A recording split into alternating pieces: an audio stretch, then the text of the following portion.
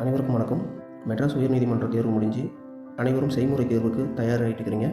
அந்த வகையில் நோட்டிஃபிகேஷனில் கொடுத்த டாஸ்கில் 8 டாஸ்கில் வந்து வீட்டை பராமரித்தல் வந்து நாம் ஏற்கனவே முடிச்சிட்டோம்.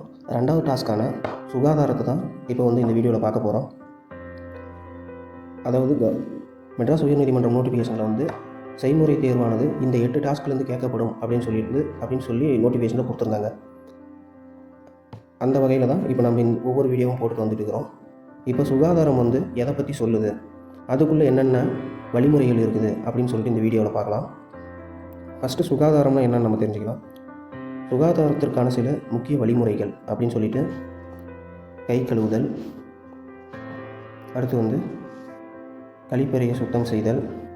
இதில் ஒவ்வொரு இதுலேயும் தலைப்பு மட்டும் பார்க்காம உள்ளே என்ன விஷயம் இருக்குது அப்படின்ட்டு மேற்கொண்டு அப்படி தொடர்ந்து பார்க்கலாம். அதுக்கப்புறம் தனிப்பட்ட சுகாதார பொருட்கள், அடுத்து உணவு பழக்கம், அடுத்து வந்து தினசரி பழக்கங்கள் அப்படின்னு சொல்லிட்டு சுகாதாரத்தில் வந்து ஒரு 5 டாஸ்க்கு கொடுத்துருக்குறாங்க. அந்த டாஸ்க் என்னென்ன இருக்கும் அப்படின்னு சொல்லிட்டு மேற்கொண்டு வீடியோவில் பார்க்கலாம். முதல் டாஸ்க் என்னென்னா கை கழுவுதல். இதில் என்ன சொல்ல வராங்க அப்படின்னு பார்க்கலாம். உணவுக்கு செல்லும் முன்பும், கழிப்பறையை பயன்படுத்திய பின்பும், மற்றவர்களுடன் தொடர்பில் இருந்த பின்பும் சுத்தமான நீரிலும் சோப்பிலும் கை கழுவ வேண்டும். அதாவது என்ன சொல்கிறாங்கன்னா, நீங்கள் இப்போ வந்து ஒரு அதிகாரிக்கு வந்து உணவு பரிமாறுறோம் அப்படின்னாலும் சுத்தமாக நம்ம கை கழுவிட்டு அதுக்கப்புறம் நம்ம அவங்களுக்கு வந்து பரிமாறணும் அப்படின்ற மாதிரியும், அதுக்கப்புறம் எங்கேயாவது வெளியில் போயிட்டு வந்தோம் அந்த மாதிரி கழிப்பறை பயன்படுத்திய பின்பு அம்மேட்டு அந்த மாதிரிலாம் ரூம் க்ளீன் பண்ணுறோம் அப்படிங்கிறலாம் கை சுத்தமாக கழுவிட்டு தான் மேற்கொண்டு எந்த பொருளையும் தொடுவோம் அப்படின்றாங்க.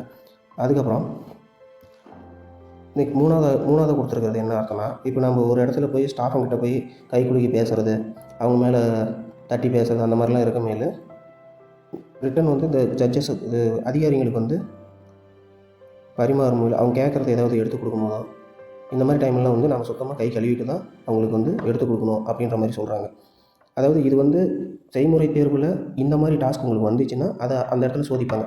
ஒரு பொருளை எடுத்துகிட்டு வாங்க அப்படின்னாங்கன்னா, அதாவது டம்ளரில் தண்ணியோ இல்லை உணவு ஏதாவது பொருள் வச்சுருந்தாங்கன்னாவோ எப்படி எடுத்துகிட்டு வரீங்க அப்படின்ற மாதிரி சோதிக்கலாம். அதை தான் வந்து இங்கே சுகாதாரம்னு சொல்லிட்டு நோட்டிஃபிகேஷனில் மென்ஷன் பண்ணியிருக்காங்க. கீழே வந்து பார்த்திங்கன்னா ஒரு 8 வழிமுறைகள் இருக்குது எப்படிலாம் கை கழுவணும் அப்படின்னு சொல்லிட்டு. இந்த இதெல்லாம் பார்த்துக்கங்க. ஒவ்வொன்றையும் உள்ளங்கையில் தேய்க்கணும், விரல் இடுக்கில் தேய்க்கணும், உள்ளங்கை உள்ள, அதுக்கப்புறம் மேலே தேய்க்கணும், அதுக்கப்புறம் ஒவ்வொரு விரலாக பிடிச்சி தேய்க்கணும், அதுக்கப்புறம் பாருங்கள் நகம், அதுக்கப்புறம் மணிக்கட்டு வரைக்கும் தேய்க்கணும்.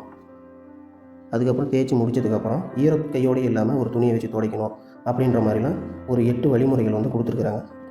இதை கூட உங்களை வந்து சோதிக்கலாம். அதனால் இந்த 8 வழிமுறையும் நீங்கள் தெரிஞ்சு வச்சுங்க. ஒரு கை கழுவணுன்னா எந்த மாதிரி இப்போ கழுவணும் அப்படின்னு கேட்டாங்கன்னா கூட உங்களுக்கு சொல்கிற அளவுக்கு நீங்கள் நாலேஜ் வளர்த்துக்கிட்டு தான் போகணும். அதுக்கப்புறம் 2வது டாஸ்க் என்னென்னு பார்க்கலாம். 2வது டாஸ்க் என்னென்னா கழிப்பறை சுத்தம். கழிப்பறை சுத்தம்னா என்னென்று பார்க்கலாம். தினசரி கழிப்பறையை சுத்தம் செய்து கிருமி நீக்கும் திரவங்களை பயன்படுத்தவும். அதாவது தினசரி என்ன பண்ணுறாங்கன்னா, கழிப்பறையை வந்து நம்ம சுத்தமாக வச்சுக்கணும், அதுக்கான தேவையான கெமிக்கல் வாங்கி அதை வந்து பயன்படுத்தணும் அப்படின்ற மாதிரி சொல்கிறாங்க. அதுக்கப்புறம் கீழே ஒரு இது கொடுத்துருக்காங்க பாருங்கள். கழிப்பறையின் உபயோகப் பொருட்களை வேறுபடுத்தி வைத்திருங்கள் அப்படின்றாங்க. அதாவது உங்கள்கிட்ட ப்ராக்டிக்கலில் கூட வச்சுங்க. ஒரு பொருளை இந்த பொருளை எங்கே வைப்பீங்க, இந்த பொருளை எங்கே வைப்பீங்கன்னு கேட்கும்போது கூட நீங்கள் இந்த சோப்பு பேஸ்ட் இருக்கிற இடத்துல போய் இந்த மாதிரி கழிப்பறையை பயன்படுத்துகிற பொருட்களை போய் நீங்கள் ஒன்றா வச்சிடக்கூடாது. அதை வந்து வேறுபடுத்தி வைக்கணும். 2வது வந்து எட்டாத மாதிரி வைக்கணும். குழந்தைங்க யாராவது இருந்தாங்கன்னா தொடுவாங்க அப்படின்னு சொல்லிட்டு ஹைட்டில் இருக்கிற மாதிரி வைக்கணும். இதெல்லாம் தெரிஞ்சு வச்சுக்கோங்க. அடுத்து 3வது டாஸ்க் என்னென்னு பார்க்கலாம். தனிப்பட்ட சுகாதார பொருட்கள். அதாவது தனிப்பட்ட சுகாதார பொருட்கள்னு எதாவது சொல்கிறாங்க. ப்ரஷ்ஷு, சீப்பு, துண்டு, இது எல்லாத்தையுமே தனிப்பட்ட சுகாதார பொருட்கள் அப்படின்னு சொல்கிறாங்க. பல் துளைக்கி சீப்பு, குளியல் துணி போன்றவற்றை பயன்படுத்திய பொருட்களை ஒழுங்காக சுத்தம் செய்து காற்றோட்டம் உள்ள இடத்தில் வைக்கவும். அதாவது இதில் வந்து தனிப்பட்ட சுகாதாரம் வந்து பயன்படுத்திய பிறகு சுத்தமாக காற்றோட்டம் இருக்கிற இடத்துல வைக்கணுன்றாங்க.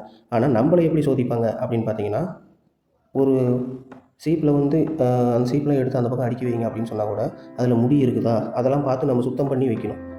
துண்டு எடுத்து அந்த பக்கம் வைங்கன்னா துண்டு ஈரமாக இருக்குதா அப்படின்னு சொல்லிட்டு அதெல்லாம் பார்த்து காய போட வேண்டிய இடத்துல காய போடணும். முடி இருந்துச்சுன்னா எடுத்து டஸ்ட்பினில் போடணும்.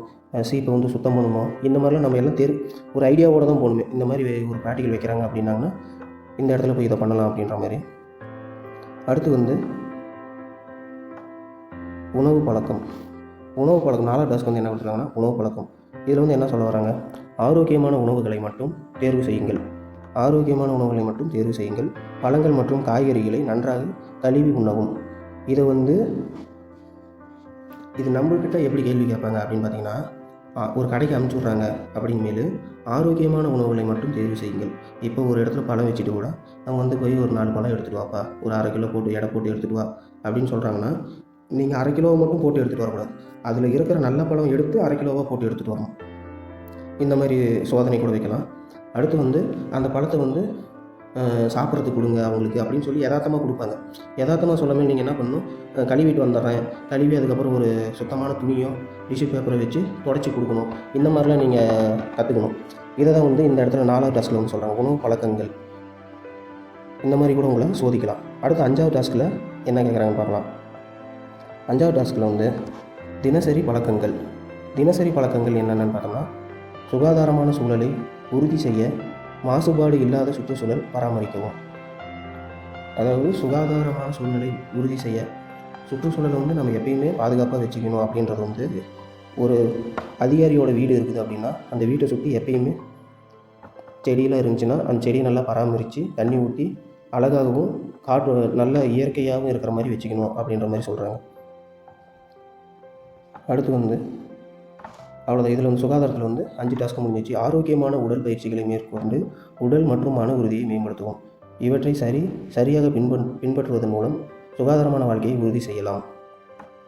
இப்போ நம்ம வந்து சுகாதாரம் அப்படின்ற டாஸ்கில் என்னென்ன வழிமுறைகள் இருக்குது, எந்த மாதிரிலாம் கேள்வி கேட்பாங்க, இதில் வந்து செய்முறை தேர்வு வச்சாங்கன்னா எந்த மாதிரி வைப்பாங்க அப்படின்னு சொல்லிட்டுலாம் நம்ம ஒரு 5 டாஸ்க்கு பார்த்துருக்கோம்.